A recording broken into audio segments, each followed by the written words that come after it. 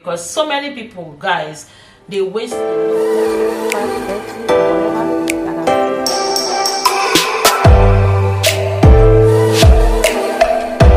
Hello guys, welcome back to my YouTube channel. You're highly welcome. If you're new here, please do me well to subscribe. In this channel, I talk about my lifestyle, my life experiences.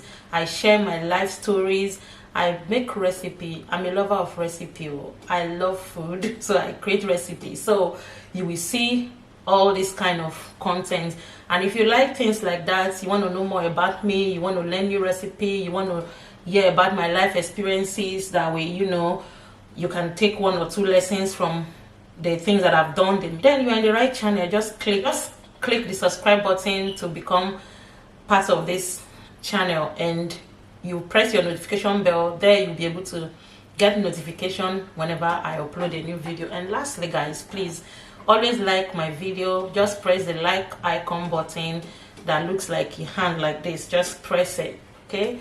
And that is it. So today we are going to be talking about tips to save money. This is the tips that I use to save money, and I'm going to be sharing it with you guys, and I believe 1 or 2 people is going to benefit greatly from it. And if you like this video, if you have someone that you know that will benefit from it, why not just click the share button and spread it. So spreading is absolutely allowed. Okay, so let's get into today's topic. I'm going to be sharing the tips that I use to save money that you can apply to your day-to-day life, and I believe it's going to be a great help to you. So the number 1 tip to save money is pay yourself. Okay, if you're working, you are a worker, you are 9 to 5 worker, it doesn't matter, let's not even go what you're doing, provided you're working. And when I mean working, that includes business. If you are into business, it's also what you do for living, right? So we classify it as working. So if you're working, irrespective of what you do, either business, self-employed, or you're working as a civil servant, the first thing you do every month after you are paid, pay yourself. So for example, me, I'm a civil servant, right? So every month after I'm paid, I always pay myself. The first thing I do is to pay myself. So there are different ways you pay yourself, okay? For example, me, you can set up a savings account, because your salary is paid into a current account or any account. I think some companies do accept savings accounts. So for me personally, I use current account for my salary. So once my salary hits my account, every month I've already set up a standing order, and I will be paying myself. I've already set out how much I'll be paying myself each month. If you're working, if your work is weekly, if your work is monthly, you can do it whichever way that you prefer. If you are being paid weekly, because so many people in the abroad, our salary is paid weekly, while some people are paid monthly. So it doesn't really matter. If you're paid weekly, then you can do it weekly. You can set it aside weekly. You can even set it aside monthly as well, because if they pay you week 1, week 2, week 3, week 4, I think week 4, most of the month is week 4. At the end of week 4, you've already set out how much you'll be paying yourself. So when that time comes, the money will just go straight to your savings, to your preferred accounts that you want to use to pay yourself. So if you're working monthly, you can set it every month. For example, say your salary is being paid on the 20th. So you're paid on the 20th.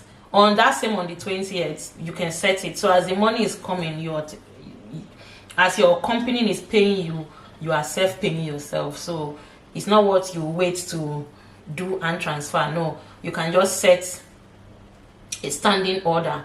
I, for one, I'm using standing order. So whenever my salary comes, when that date comes for me to pay myself, I normally do mine. For now, I'm being paid weekly. My salary is weekly, but I set mine for every month, not every week. So at the end of each month, there is a particular date that I normally pay myself. The money will just leave and when I see my balance, I will know that yes, I've self-pay myself. That is one of the very important way to pay yourself. So if you are working weekly, it doesn't matter, you can set it up monthly like I am doing. If you prefer to do it every week, if you're being paid every week, set it out every week. It's absolutely fine. Whichever way that suits you, come on, just do it, provided you're paying yourself. So that is one of the tips that I use to save money. Once my money comes in, once my salary comes in, I'll just pay myself every month. That money just go. And guys, you'll be surprised how much at the end of the year you've been able to keep aside. And one secret to this kind of money, I have the card, but I don't carry the card on a day-to-day basis. You just make sure that, if possible, don't even request for the card.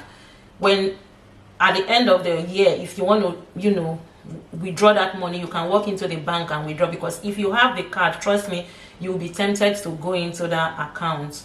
When pressing need come, you will be tempted to go into the account. So I, for one, I don't keep the card with me.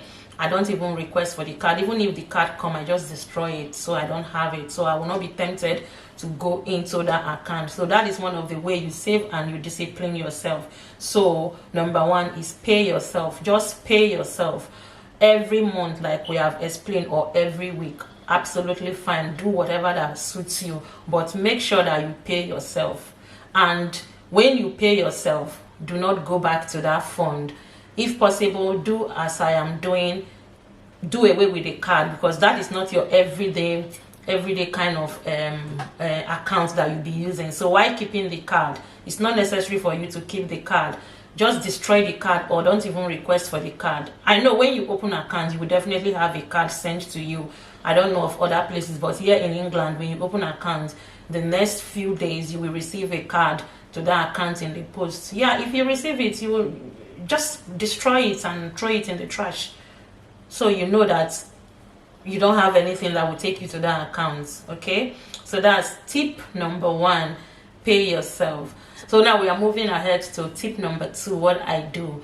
Tip number two is really, oh sorry, before we move into tip number two, let me just retract to tip number one. So I just talked about people that are working like civil servant and things like that. I didn't really emphasize on people that does trade. Personally, I'm not a business person. I do business, but not like business. I do cooking for people once in a while, thereabouts.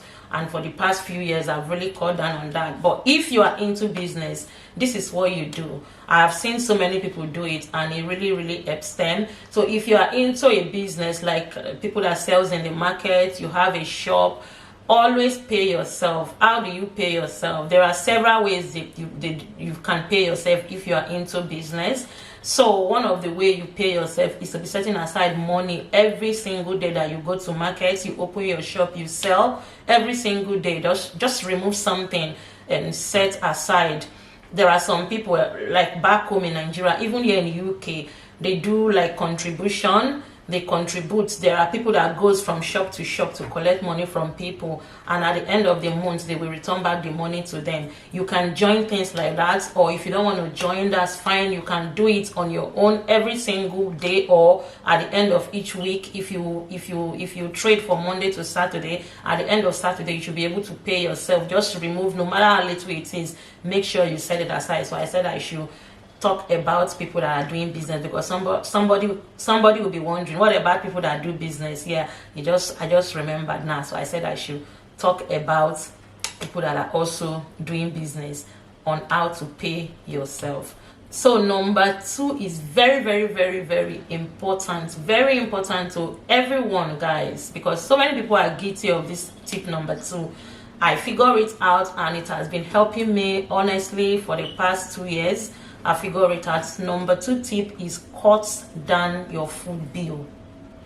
Cut down your food bill.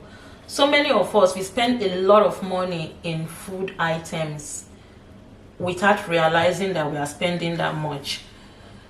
There was this, before I started trying to cut down my expenses and all that, I think like two years ago, my husband and I I realized that we spend too much for 2 people in the house. We spend too much.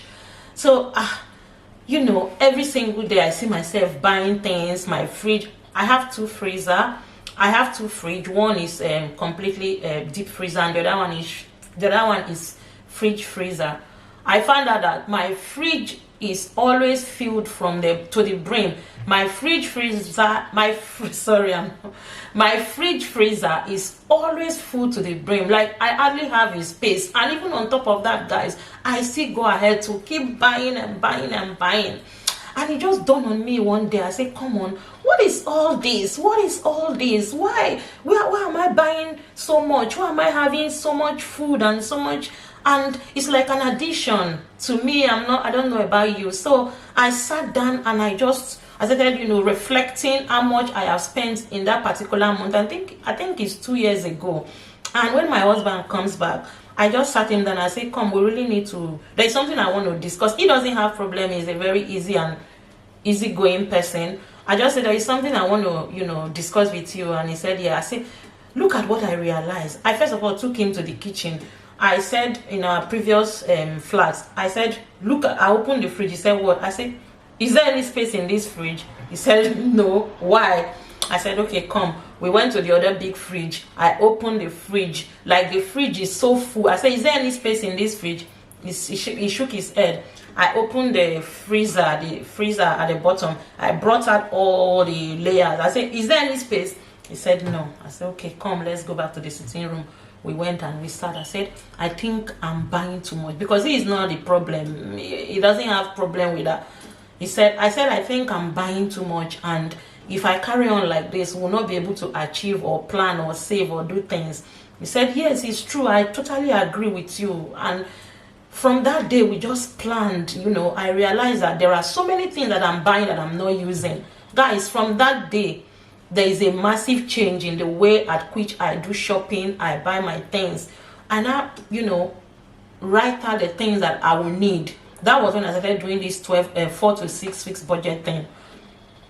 I wrote out my list of the things that I know that we need. Not, you know, one thing I need to say is that there is difference between want and need. You might want something, but actually you do not need that thing. So there is a big difference between want and need. You might see this flower. Oh, I want this. Do you really need it? I have this one. I might see another flower. I want that one. I don't really need it, but I want it. So there is difference between want and need. So let's differentiate that one. So I realized that I was spending way too much. So I wrote out the list of what we really need, like our essential day-to-day shopping items, food items that we need. I list them out. I'm going to buy them. I'm going to manage them for this duration of time, and within this time, I'm not just going to the shop. Guys, let me tell you, up to the bread that we eat, I buy them in bulk. If you go to my fridge now, I have like up to 3 different kind of breads. Nothing takes me to the shop. I have my eggs.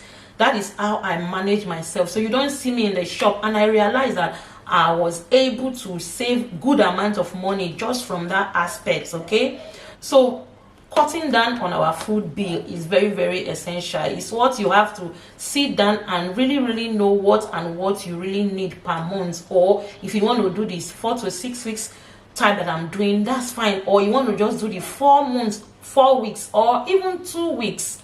Let's simplify it. 2 weeks. Just sit down, write out what you know that you and your family will need for that 2 weeks.